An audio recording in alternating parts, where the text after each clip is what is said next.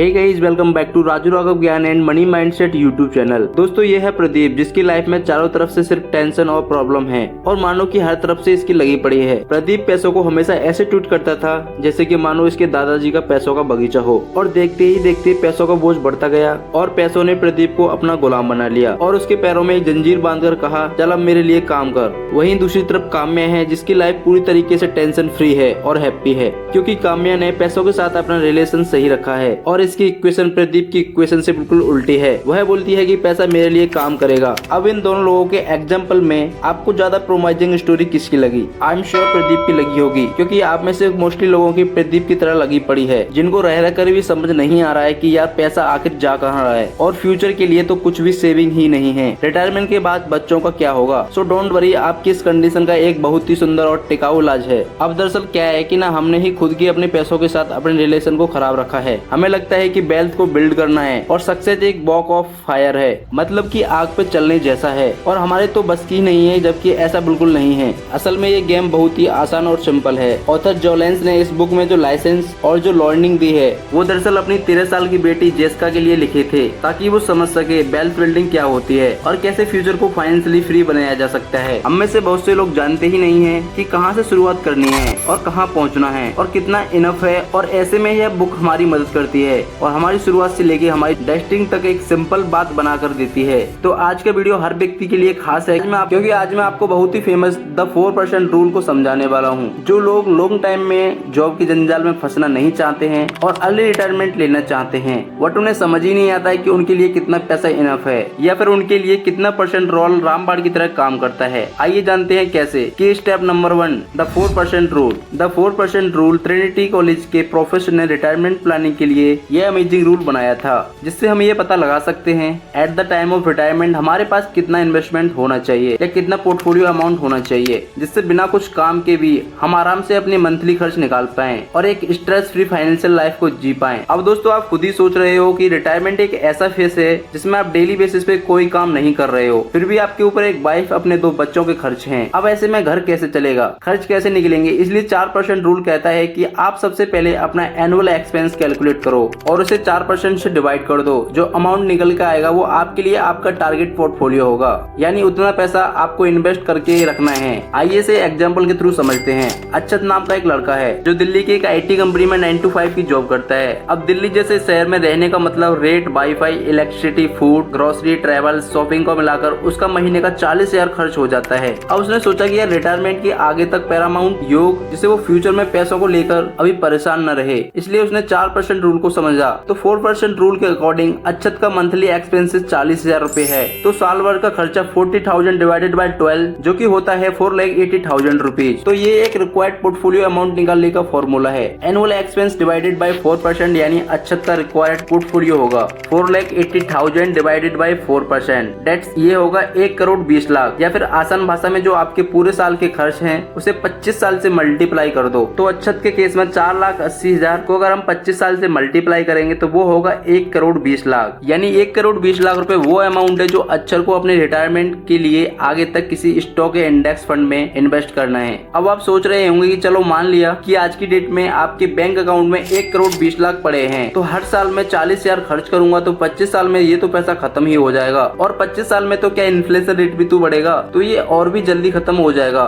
फिर क्या? तो इसके लिए हमें देखना होगा हाउ डज 4% रूल वर्क, यानी कि 4% रूल काम कैसे करता है। तो इन्फ्लेशन के साथ ये रूल वर्क करेगा या नहीं, इसे समझते हैं। तो दोस्तों, इंडिया का एवरेज इन्फ्लेशन रेट अराउंड 7%, यानी आज अगर कोई चीज आप 100 रुपए की है तो 1 साल बाद वो सामान आपको 107 रुपए या 108 रुपए में मिलेगा, और इसी को हम बोलते हैं इन्फ्लेशन रेट। और इसी के पैरेलल हम अपनी निफ्टी 50 इंडेक्स फंड को रखें तो पिछले 10 सालों में इंडेक्स फंड ने 14% से 15% का एनुअल रिटर्न दिया है। यानी अगर आज आप निफ्टी 50 इंडेक्स फंड में 100 रुपए इन्वेस्ट करते हो तो हो सकता है कि आपको अगले साल 114 या 115 रुपए देखने को मिले। पर ये फिर से सवाल आता है कि 4% रूल काम कैसे करेगा? कभी हमें ज्यादा पैसों की जरूरत पड़ गई तो चलिए सारे डाटा को हम इन एक्सेल शीट से समझेंगे। तो सबसे पहले हमने देखा कि आपका 4 साल का खर्च 80,000 रुपए है। तो जैसा कि हम शीट में देख सकते हैं कि पहले साल का एक्सपेंसेस 4,80,000 है और हम मान लेते हैं कि इन्फ्लेशन रेट 7% से हर साल बढ़ रहा है, तो दूसरे साल आपके एक्सपेंसेस हो जाएंगे 10,30,600। इस तरह तीसरे साल आपको खर्च के लिए चाहिए होंगे 5,49,520 रुपीज। तो हर साल आपके एक्सपेंसेस महंगाई की वजह से बढ़ते हैं। अभी सीट में दूसरी तरफ हम कैलकुलेशन को समझते हैं। जैसे कि पहले साल आपके पास टोटल फंड इकट्ठा पड़ा है 1,20,00,000 जो कि 4% रूल के हिसाब से हमारे साल के खर्च का 25 गुना होना चाहिए। साल का खर्चा 4,80,000 मल्टीप्लाई बाय 25 तो टोटल फंड होगा 1,20,00,000। आप इन्हें इन्वेस्ट करते हैं जो सीट में देख सकते हो कि आपको 13% का रिटर्न मिल रहा है। तो इनको इन्वेस्ट करने के बाद साल का आपका प्रॉफिट होगा 15,60,000। तो इन 15,60,000 में से आप 4,80,000 खर्च कर दोगे तो आपके पास साल में पैसे बचेंगे 15,60,000 माइनस 4,80,000 तो पैसा बचेगा 10,80,000। तो 1,20,00,000 तो आपके पास पहले से ही थे और 10,80,000 आप इसमें से और जोड़ दो तो साल के एंड में आपके पास हो जाएंगे 1,30,80,000 रुपीज। ये होगा आपको पोर्टफोलियो अपने खर्चे निकालने के बाद। तो इसी तरह नेक्स्ट आपके खर्चे 5,15,600 होंगे और आप इन्हें 1,30,80,000 में इन्वेस्ट कर डालोगे जिसमें आपको अगेन 30% का रिटर्न मिल रहा है। तो साल में आपका प्रॉफिट होगा 17,04,000 रुपए जिसमें से आप साल के खर्च को माइनस कर दोगे 17,04,000 माइनस 5,13,600 तो आपके पास बचेंगे 11,80,800। तो साल के एंड में आपका पोर्टफोलियो होगा 1,42,66,800 रुपए। तो इसी तरह आप इस एक्सेल शीट में नीचे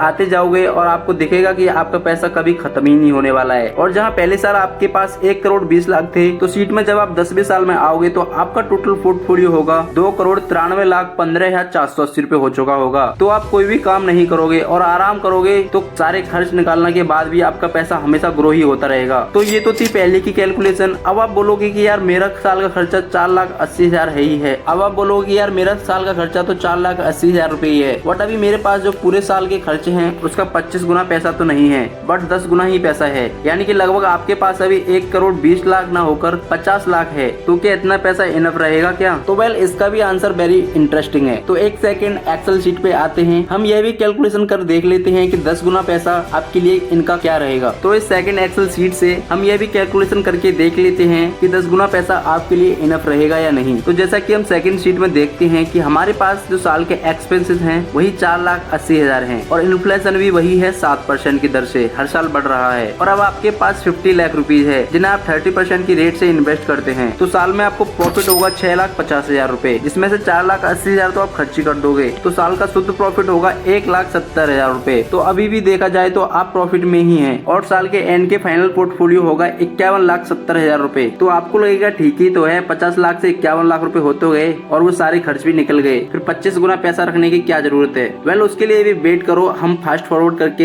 एक सेकंड एक्सेल शीट से भी नीचे आते हैं। तो आप देखोगे कि 7वें साल तक जो आपका टोटल पोर्टफोलियो अमाउंट है वो बढ़ता ही जा रहा है लेकिन 8वें साल में अचानक से कम होने लग गया। जहाँ 5वें साल आपका टोटल पोर्टफोलियो 57,88,000 रुपए था वो 8वें साल में लगभग 57,70,000 हो चुका है क्योंकि 8वें साल में आपके साल के जो एक्सपेंसेस थे वो थे 7,70,775 रुपए जो आप इस शीट में देख सकते हैं। आपके टोटल पोर्टफोलियो से मिलने वाला प्रॉफिट था 7,52,000 रुपए। तो आपके खर्चे आपके साल के रिटर्न से ज्यादा होने लग गए हैं। तो जाहिर सी बात है कि आपका पोर्टफोलियो कम ही होने लगेगा और ये अब कम होता ही जाएगा क्योंकि आपके साल का पोर्टफोलियो आपके साल के खर्चों की बीट नहीं कर पाएगा। तो जो नीचे सीट में अगर हम बढ़ते ही जाएंगे तो हम देखेंगे कि 18 साल में जाकर आपका टोटल पोर्टफोलियो बिल्कुल जीरो हो जाएगा। जीरो तो क्या -33 या 46 रुपए पे आ चुका है। तो मोटा मोटा यह 4% रूल हम समझते हैं कि हमारे जो साल के खर्चे हैं उनमें से 25 गुना ज्यादा पैसा हमारे पास होना चाहिए जिसे टोटल पूरा फंड हम इन्वेस्ट कर दें और ऐसी जगह निवेश करें जहां हमें इन्फ्लेशन रेट से ज्यादा रिटर्न मिले। यानी कि अगर इन्फ्लेशन रेट 7% है तो हमारा रिटर्न कम से कम 12% से 13% होना चाहिए जिससे कि हमारा पैसा कभी खत्म नहीं होगा, उल्टा बढ़ता ही जाएगा। तो ऑथर जैक वॉलेस ने अपनी बुक में इस रोल को जिक्र किया है। इस रोल का जिक्र इसलिए किया है ताकि हर इंसान को फाइनेंशियली जर्नी वाली ट्रेन पकड़ने से पहले ये पता हो कि उसे उतरना कहाँ पर है। अब ये लंबा चौड़ा 4% रूल मैंने आपको इसलिए समझाया ताकि आप भी अपना टारगेट अमाउंट कैलकुलेट कर सको, पर कैलकुलेट करने के बाद भी पैसों को कैसे कमाना है और कहाँ लगाना है ये पता लगेगा अगले कुछ स्टेप्स में। तो चलिए आगे बढ़ते हैं। Step number 2, change money mindset. 4% rule समझने के बाद और अपना रिक्वायर्ड पोर्टफोलियो अमाउंट निकालने के बाद जो सबसे पहले काम हमको करना है वो है अपना माइंडसेट बदलना। हमारी सबसे बड़ी दिक्कत यही है कि हम मनी से रिलेटेड, फ्यूचर प्लानिंग से रिलेटेड टॉपिक्स को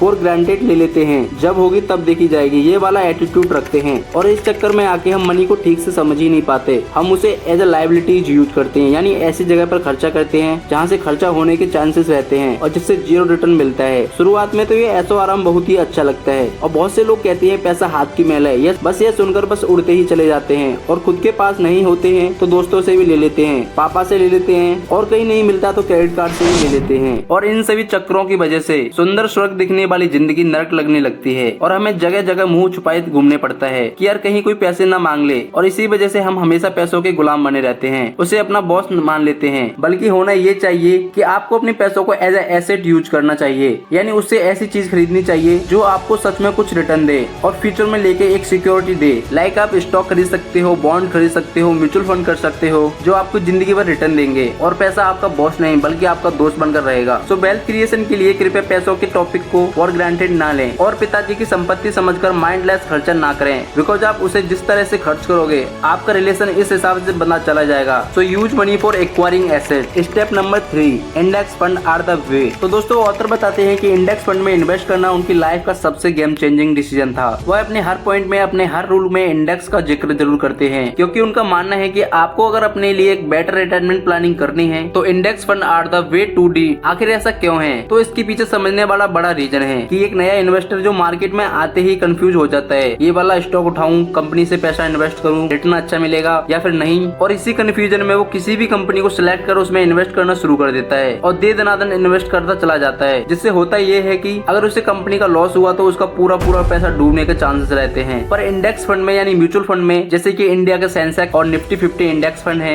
इस प्रॉब्लम को पूरी तरीके से सॉल्व कर देते हैं क्योंकि इसमें इंडिया की टॉप 30 टॉप 50 कंपनीज लिस्टेड होती हैं और जिस भी कंपनी का परफॉर्मेंस खराब होता है ये उसे अपनी लिस्ट से हटाकर दूसरी ग्रोइंग कंपनी को ले आते हैं, जिससे इन्वेस्टर का पैसा डूबती हुई कंपनियों से साथ डूबता नहीं है बल्कि अलग अलग कंपनियों में होने के कारण सेफ रहता है। और जैसा कि मैंने आपको बताया कि निफ्टी इंडेक्स फंड में लास्ट तक कुछ सालों में 13% से 14% का रिटर्न ऑफर किया है। अगर आप सोच रहे हैं कि अपनी रिटायरमेंट प्लानिंग करने का index fund are the best fund, तो अगर आप भी अपने लिए एक बेटर फाइनेंशियल फ्यूचर चाहते हैं तो आज ही 4% रूल को अपनी लाइफ में अपनाना है। पैसों को लेकर अपने माइंडसेट को थोड़ा बदलना है और जितना जल्दी हो सके उतनी जल्दी इन्वेस्टमेंट शुरू करनी है। तो आई होप कि ये 4% रूल आपको अच्छे से समझ आया होगा। तो मुझे जल्दी से कमेंट करके बताइए कि आपका रिक्वायरमेंट पोर्टफोलियो कितना आ रहा है। तो अगर आपको ये वीडियो पसंद आया तो इस वीडियो को लाइक करें, ज्यादा से ज्यादा लोगों के साथ शेयर करें और किस टॉपिक पे आपको अगला वीडियो चाहते हैं मुझे कमेंट करके जरूर बताएं, मैं उस पर वीडियो बनाने की पूरी कोशिश करूंगा। तो मिलते हैं नेक्स्ट वीडियो के साथ, तब तक के लिए जय हिंद जय भारत।